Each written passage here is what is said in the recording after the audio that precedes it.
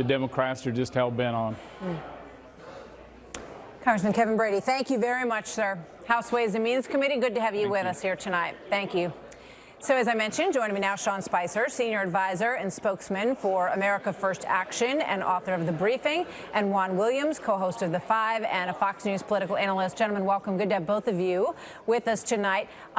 Sean, you know, it's understandable what Kevin Brady was saying about the politicalization of all of this. However, the question is still out there that has been out there since 2017, and which Senator Kennedy also said that he didn't have anything to hide. Why doesn't the president want to disclose these documents that other candidates in the past have turned over? Why not?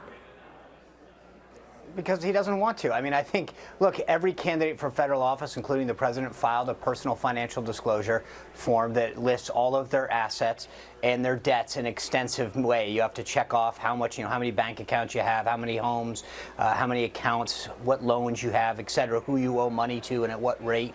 So all that's filed. So let's be clear that there's plenty of that out there.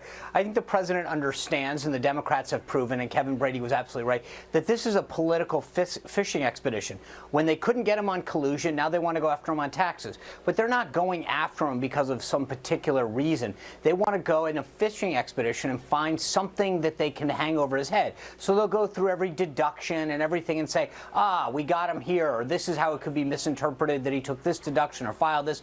And the president knows that this is going to be used purely for political purposes. And that's why I don't think, regardless of whether he's under audit or not, that he should do what he wants to do. And he understands that this is not being done for altruistic purposes. Do you believe him, Sean, when he says that he's under audit, that he's still under audit? Do you believe him? Well, I know it because every president and vice president since 1970 has been audited by the IRS.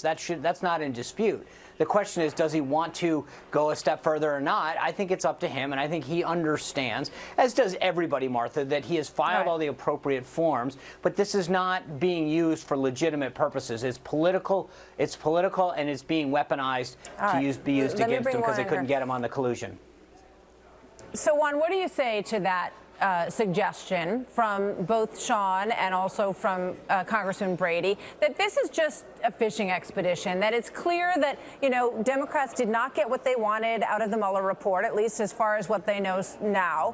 And so then they move on to the next thing. Oh, yeah, we want to keep digging into the personal finances of President Trump. And yes, we'd like to see 10 years or 6 years of tax returns. What do you say to that?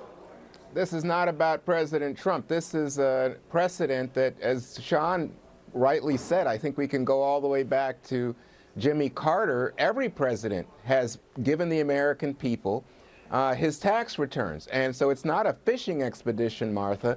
It's the American people taking a look at what kind of potential conflicts of interest exist for their top leader, the man in the White House, the commander-in-chief. And in the case of President Trump, the so-called fishing expedition comes down to things like the existing suit about whether or not, under the emoluments clause of the Constitution, in fact, he is benefiting from foreign assets and interests in terms of his hotels and properties. That's no fishing expedition.